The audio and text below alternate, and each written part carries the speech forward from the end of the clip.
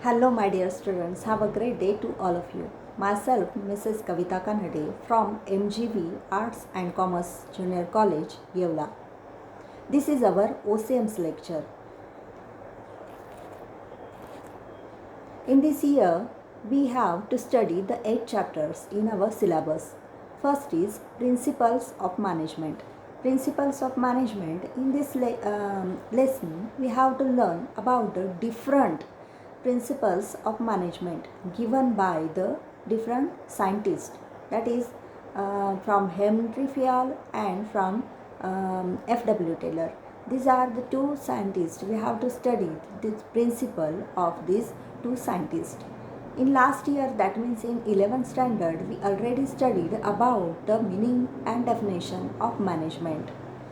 In this year, we have to learn these principles of management and the functions of management in detail, because there is these principles or the functions of management plays an important role in the business life also and our in day-to-day life also. We have to use all these principles in the management process, and these principles plays an vital role in the business life. That's why we have to learn these principles of management. Then second lesson is functions of management. There are different functions which are given by the different scientists. We have to study all these functions like planning, then controlling, directing. These are different functions we have to learn in this chapter. Then third chapter is entrepreneurship development. Entrepreneurship development. In this chapter, we have to learn about the meaning of entrepreneur, then the different characteristics of entrepreneur, then the importance of entrepreneurship development program, and we have we have to learn about the entrepreneurship is a full-time job. That means it requires the dedication, hard work. The innovative ideas are provided by the entrepreneurs and they start their own business. They are the job givers and not the job takers. That's why it plays an important role to develop the entrepreneurship in the economy. For the progress of our economy, it plays an important role. In this, we have to learn the different programs given by the Indian government, such as Startup India, Stand Up India, and Agro-tourism. Then fourth chapter is business services. There are different business services. That means we cannot start any business without taking the help of any services. That means from the small traders to the big industrialists, for every person, these for every businessman, these services playing an important role. Which are these services? Such as transportation, then communication, warehousing, banking. These are some business services, and we have to learn all these business services in this lesson. Then fifth chapter is all about the emerging modes of business. Which are these emerging modes of business? That means different types of business, that is the upcoming new business strategies, just like e-business or e-commerce. We have to learn these new concepts in the emerging modes of business. In this, we have to learn about the meaning and scope of e-business, then benefits of e-business or the b-business, that means business benefits of e-business, then limitations of e-business. E-business means electronic business. There are some limitations, there are some advantages. We have to learn all these in this chapter. Then sixth chapter is about the social responsibilities of business. Students, we know the businessmen or the consumers are part of the society. The business grows on the base of the society. That means they get the profit from the consumers and they are the part of the society. That's why they have some responsibility towards the society, such as social. We have to learn in this chapter the different responsibilities of business towards the employees, towards the society, towards the government. Such social responsibilities we have to learn in this chapter. Then seventh chapter is consumer protection. Consumer is the king of the market. We always read this sentence, we listen this sentence. This is the consumer protection. But in actual, we are the king of the market? No, because there are lots of limitations, or there is some malpractices are there, or inferior goods are provided for the higher prices. These all are in this all is included in the market situations or market conditions, and we have to face all these problems. In this lesson, we have to learn which are the consumer protection, what is the meaning of Consumer Protection Act, or which are the rights of the consumers. We have to learn in this lesson.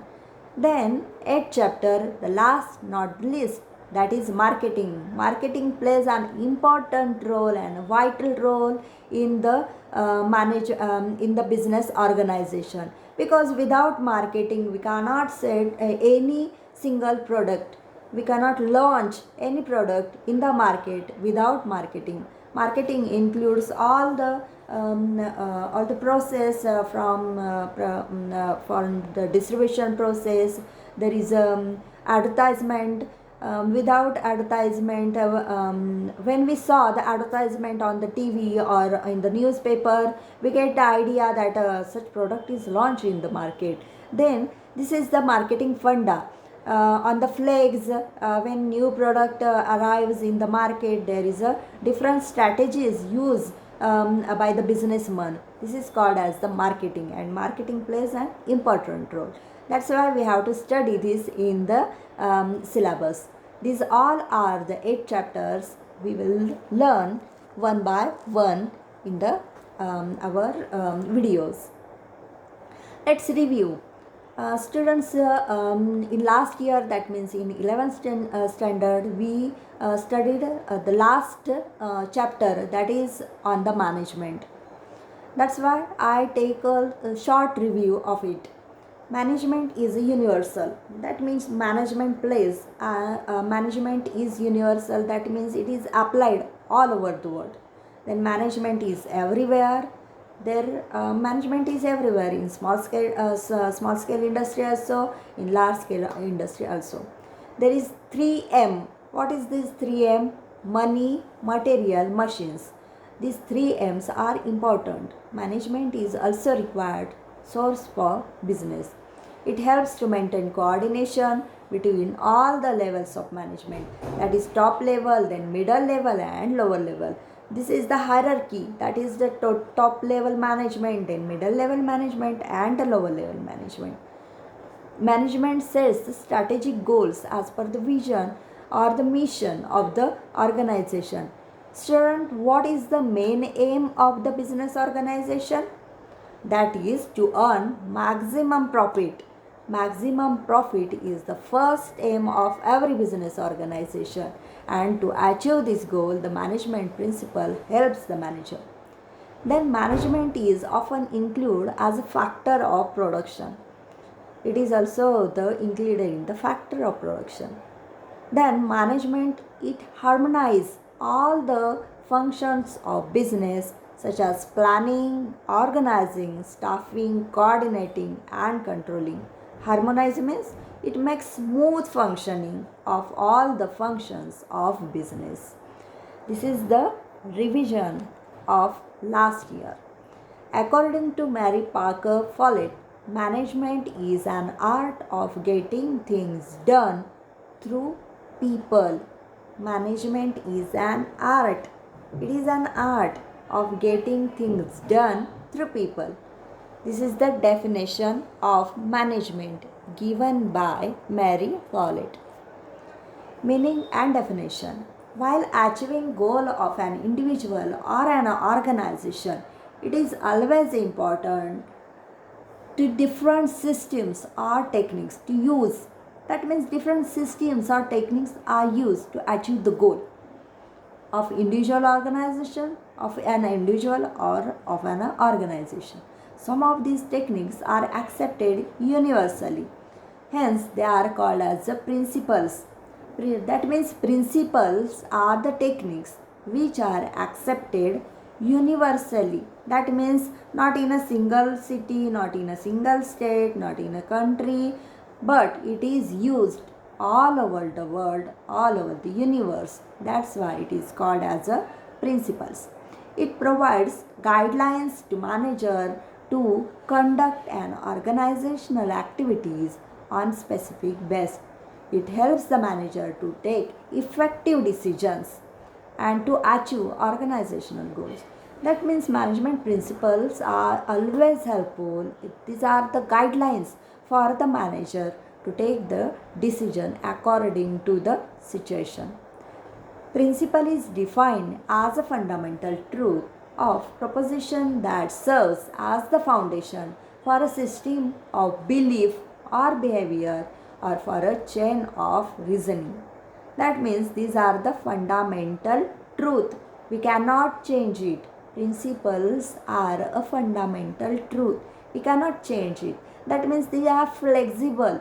We can use it according to our situation, according to our business organization, but they are always a truth. In simple words, techniques or systems which gives one directional results are called as principles. These principles are universal and applicable everywhere. Due to the basic principles, managers need not work on a trial and error basis. That means if the manager already knows all the principles and he have the idea how to apply the certain principle on certain condition, then there is less errors or there is a less wastage in the business organization. And when there is a less wastage, less error, then definitely that business organization makes maximum profit. For example, in cricket or in any other game, total play is designed and divided into the players according to their capabilities, according to their qualities. In term of management, it is called as a division of work. That means division of work, it is the principle of management.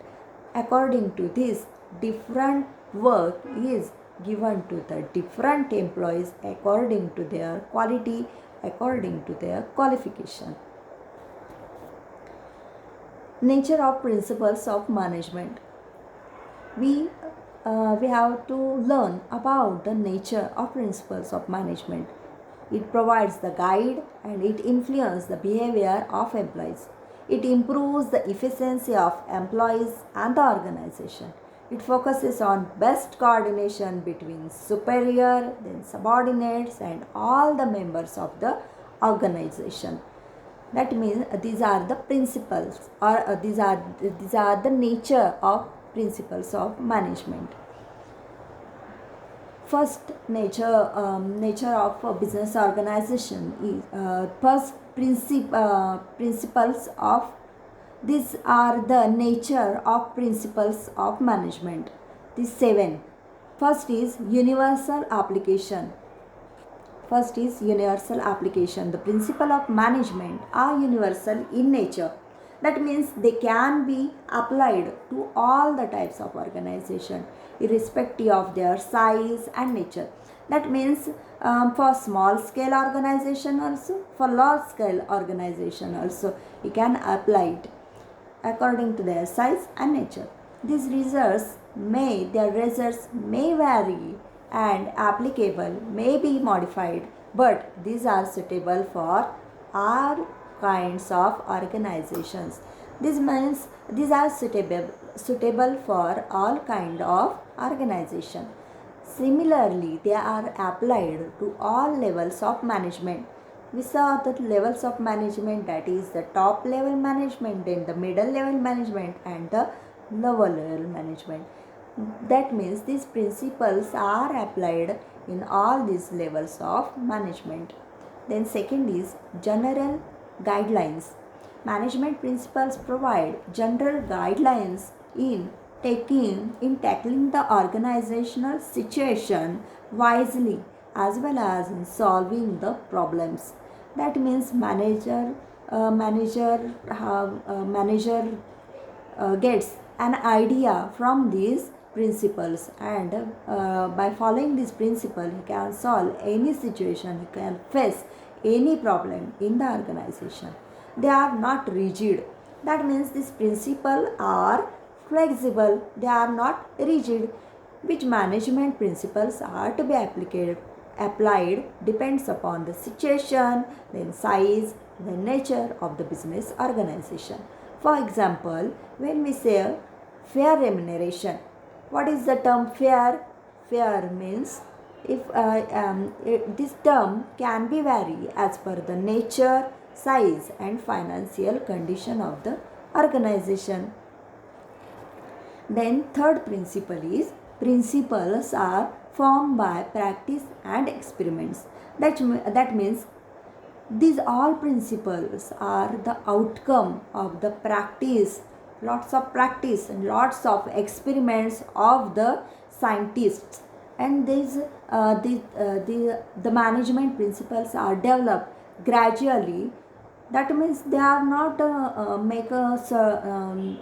these are not result of a sudden practice, that these are developed gradually with throughout research or the systematic observation and experiments are conducted before developing them.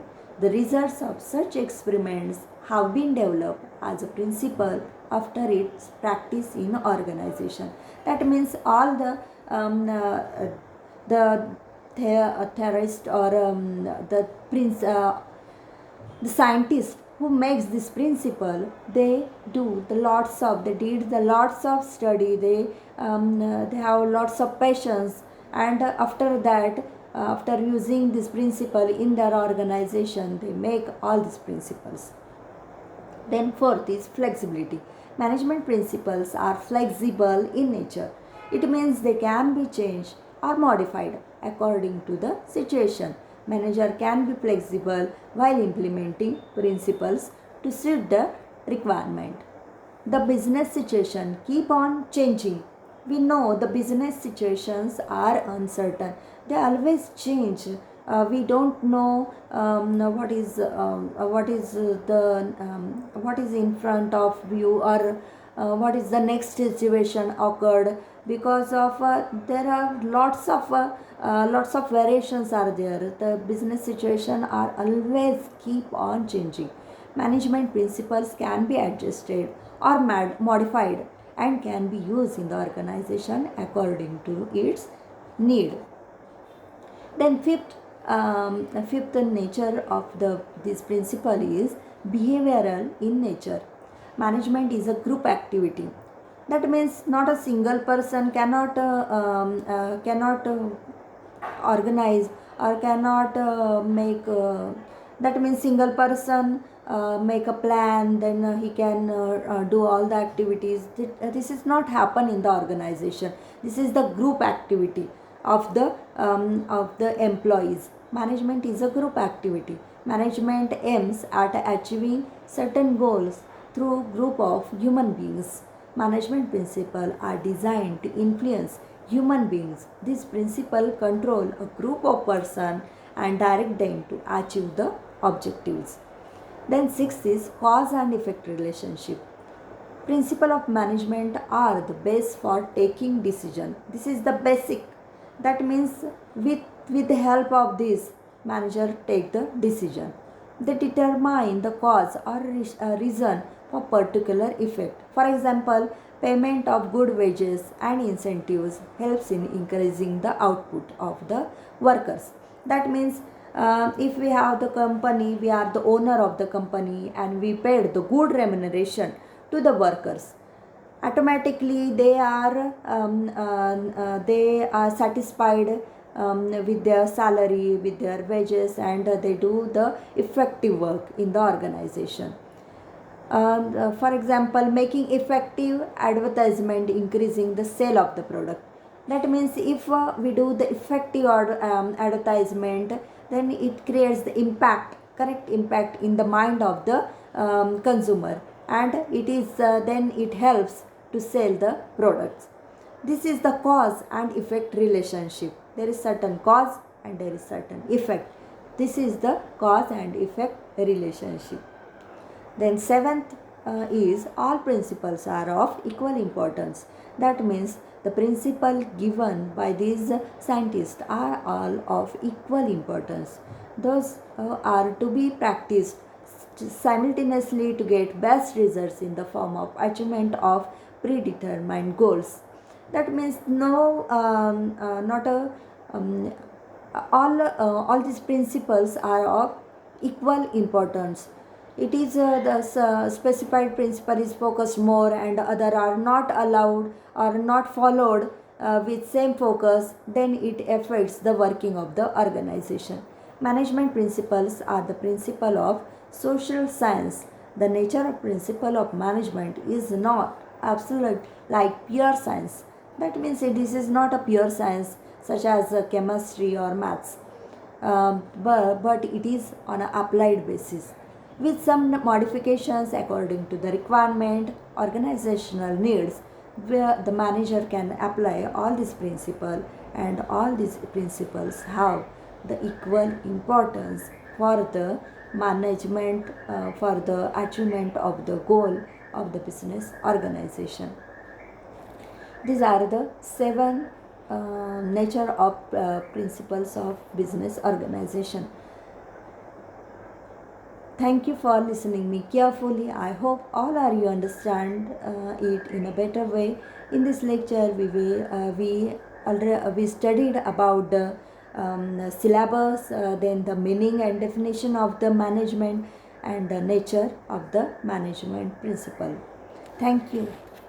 Have a great day to all of you.